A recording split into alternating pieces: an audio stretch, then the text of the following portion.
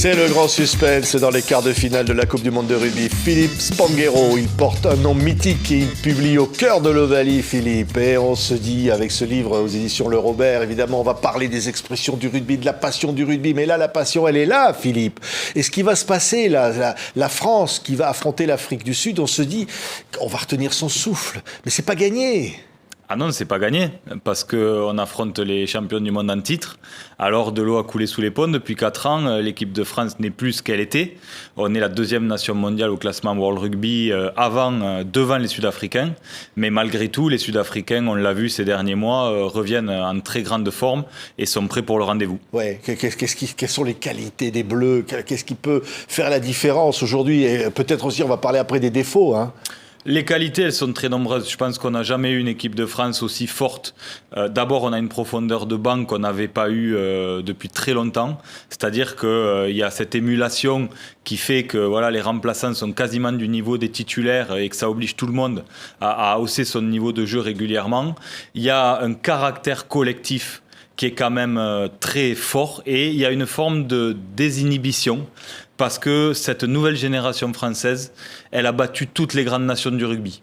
Et on le voit, on est champion du monde des moins de 20 ans pour la 3e année consécutive.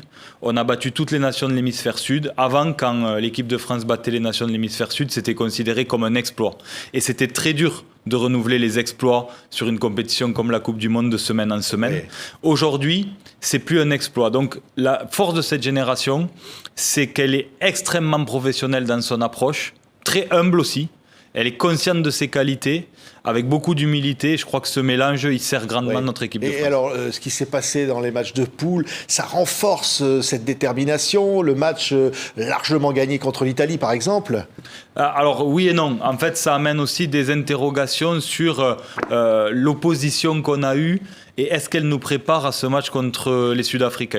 En fait, le gros rendez-vous, malheureusement, c'était ce match d'ouverture contre la Nouvelle-Zélande. L'affiche était exceptionnelle.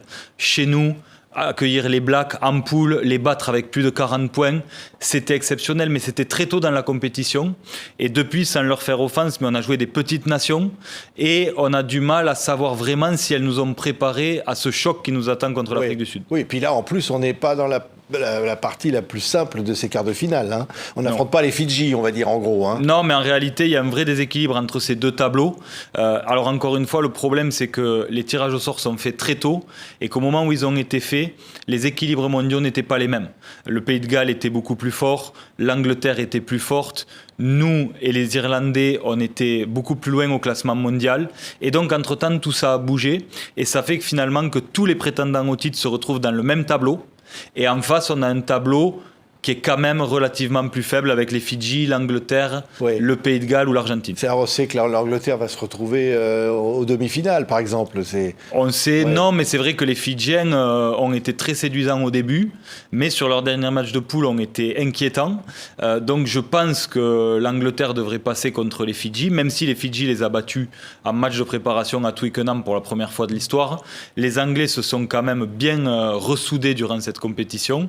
Et puis l'autre match, pour moi, sera un peu plus incertain entre le Pays de Galles et l'Argentine, même si nous, les observateurs, on est assez déçus du tournoi réalisé par les Argentins, qui ont quand même une génération un peu moins forte que ce qu'on a connu avant. Oui, puis Irlande face à All Black. Ça c'est avec le France-Afrique du Sud, vous avez les 4 prétendants au titre qui s'affrontent en quart de finale, et donc il y a 2 prétendants sérieux au titre de champion du monde qui tomberont dès ce week-end. Oui, alors Dupont sera là avec le casque, hein. Ça, c'est... Avec casque ou sans casque, il s'entraîne avec le casque. Mais on doit s'en réjouir, il est apte là, il porte une équipe qui a des grandes qualités, mais bon, est-ce qu'il n'y a pas aussi des défauts ?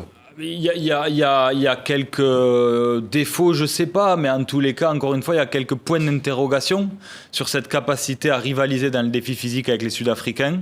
On a perdu des joueurs importants, Paul Villemc devant, Julien Marchand, qui est un élément important du dispositif, qui ne sera pas rétabli à temps. Donc ça amène quand même des questions sur la capacité à rivaliser dans le défi physique que vont nous proposer les Sud-Africains.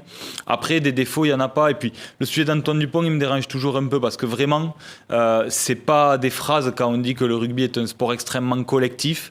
Et là, on cristallise quand même beaucoup d'attention autour d'Antoine Dupont avec une question qui est de dire est-ce qu'on a beaucoup moins de chance si Antoine Dupont n'est pas là ? Ça amène ramène deux questions. D'abord, ça enlève la crédibilité quand même de son remplaçant Maxime Lucu, qui est un très bon joueur de rugby et qui à chaque fois a su tenir son rang quand il a dû postuler à la place d'Antoine Dupont. Et au-delà de ça, un demi de mêlée, il est bon quand ses avants font le travail, qu'il a des bons ballons. C'est un poste encore plus dépendant des autres que d'autres postes dans le rugby. Donc voilà, on a besoin d'un collectif très fort.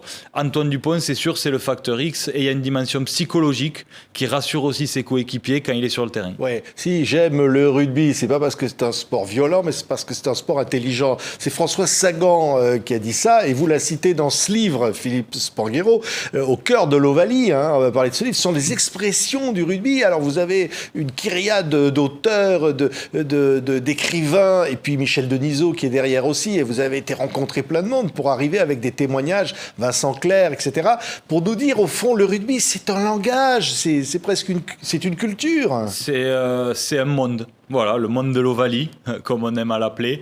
C'est vrai que c'est un univers un peu particulier, atypique, et je suis très heureux d'avoir le focus de cette Coupe du Monde pour raccrocher ça aux mots et aux expressions du rugby, qui sont assez atypiques, mais aussi extrêmement parlantes.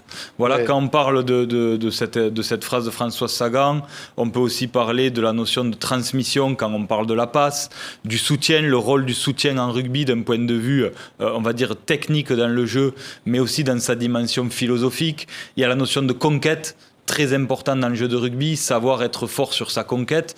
Donc il y a tout un tas de mots qui peuvent être pris sous plusieurs angles et qui aident à comprendre l'essence même de ce jeu. Tiens, je vois arrosé, je vois la béchigue, je vois le crunch. Voilà des mots qu'on retrouve dans ce cœur de l'Ovalie. C'est quoi tout ça ? C'est des mots qui ont été inventés par les joueurs ? Alors en réalité, ce qui est très intéressant, c'est de revenir à l'étymologie. Donc mes deux co-auteurs, Médéric et Arnaud, qui sont les linguistes du Robert et la caution littéraire, sont eux revenus sur l'origine de tous ces mots. Et moi, j'ai écrit sur la représentation que j'en avais avec 15 invités qui sont des grandes personnalités de ce jeu et qui ont livré leurs souvenirs et leurs anecdotes sur certains mots qu'ils ont choisis.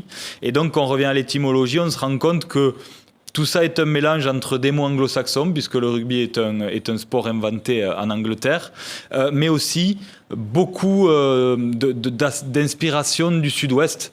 Voilà, la béchigue, la chistera. Il y a tout un tas de mots qui viennent de nos terroirs. Et c'est, je crois, une des forces du rugby moderne, c'est d'avoir su évoluer entre cette internationalisation, cette mondialisation et l'histoire même de ce jeu dans ces territoires. Ouais, on peut passer un coup d'éponge magique, on peut passer un coup de pied à suivre, et puis surtout on peut hurler « Allez les petits !» Et vous d'ailleurs, vous citez, il n'y a pas que des mots, il y a aussi des expressions. Vous rendez un grand hommage à Roger Coudert, à la légende finalement du rugby. On pense évidemment à votre nom, Spanghero. Oui, bien sûr, mais en fait, mon nom et ce qui véhicule dans le rugby est assez associé à Roger Coudert, et j'ai beaucoup aimé écrire là-dessus parce que je me suis posé la question de ce qu'aurait été l'image de mon oncle Walter et plus largement de ma famille sans Roger Coudert, parce qu'il a quelque part mystifié Walter et les joueurs de cette époque.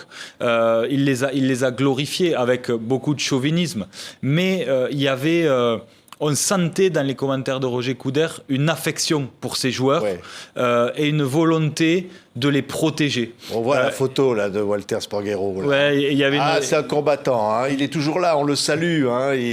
Il a écrit dans le livre d'ailleurs, et je suis très heureux, c'est lui qui a décidé de choisir le 15 de France, et ce que lui évoquait ce mot, le 15 de France, cette phrase.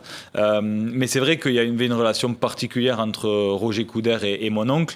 On parle d'une époque, on en parlait tout à l'heure, où il y avait deux chaînes, et moi je rencontre régulièrement des gens qui ne sont pas de vrais amoureux du rugby, mais qui ont des souvenirs de famille autour du tournoi des 5 Nations et de la façon dont Roger Coudert parlait de ma famille. Parce que c'était quelque part le rendez-vous du week-end, les matchs du tournoi des 5 Nations, qu'on aime beaucoup le rugby ou qu'on le suive de loin. On se regroupait devant la télé en famille et j'ai quasiment toutes les semaines des témoignages de gens qui ont grandi, mais qui se souviennent petits des moments passés en famille autour du tournoi des 5 Nations avec les commentaires de Roger Couder. Et puis Roger Couder, on pense aussi à Pierre Baldejo. Et tout ça, ils sortaient de leur rôle, de leur neutralité. C'était, voilà, ils étaient chauvins. On n'était pas dans le monde aseptisé qu'on connaît aujourd'hui. Il y avait beaucoup de chauvinisme et c'est ce qu'on aimait. Oui, parce qu'au fond, ça manque un peu dans le rugby d'aujourd'hui. Dire un peu trop de professionnalisme, et pas trop de tout ça. Revenir un peu au terroir, revenir un petit peu... C'est vrai qu'aujourd'hui, il y a ce rapport entre les commentateurs et les consultants. Et c'est vrai que pour les consultants, c'est toujours un peu difficile. C'est soit des anciens joueurs, soit des coachs qui peuvent revenir dans le circuit rapidement. Donc, on ne peut pas non plus se braquer la moitié du milieu en étant trop cash dans les analyses. Et ça oblige quelque part à être un peu sur la retenue parfois et à donner l'impression aux téléspectateurs que les discours sont aseptisés. Mais je crois qu'on a la chance d'avoir encore dans le rugby un franc-parler que les gens reconnaissent et qu'on arrive à préserver. Oui, le rock, tiens. Le ruck, c'est une phase de jeu importante. C'est une phase de jeu importante qu'il faudra savoir gagner. On appelle ça la bataille des rucks en ce moment. C'est ce que les Irlandais font et qui construit leur succès maintenant depuis longtemps. Et contre les Sud-Africains, il faudra savoir gagner la bataille des rucks. C'est une mêlée ouverte. Et alors, se faire la valise. On espère que les Français vont se faire la valise. Hein. Alors, se faire la valise, c'est échapper à la défense et puis aller marquer ou du moins aller gagner beaucoup de mètres en franchissant la défense.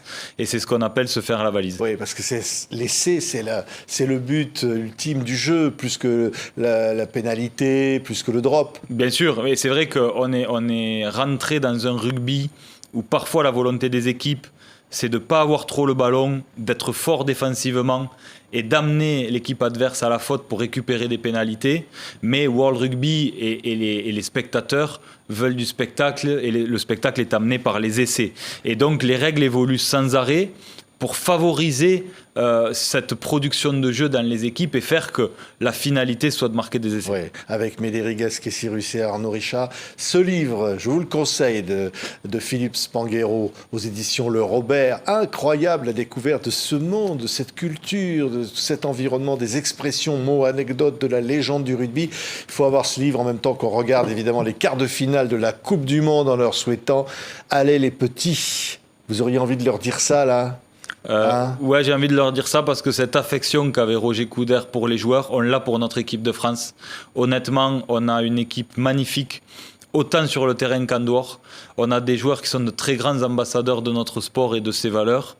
Et je pense que quoi qu'il arrive sur le terrain, on peut déjà être très fier de ça. Merci. Philippe Spanghero, donc avant le match avec le cœur de l'Ovalie, au cœur. Merci Philippe.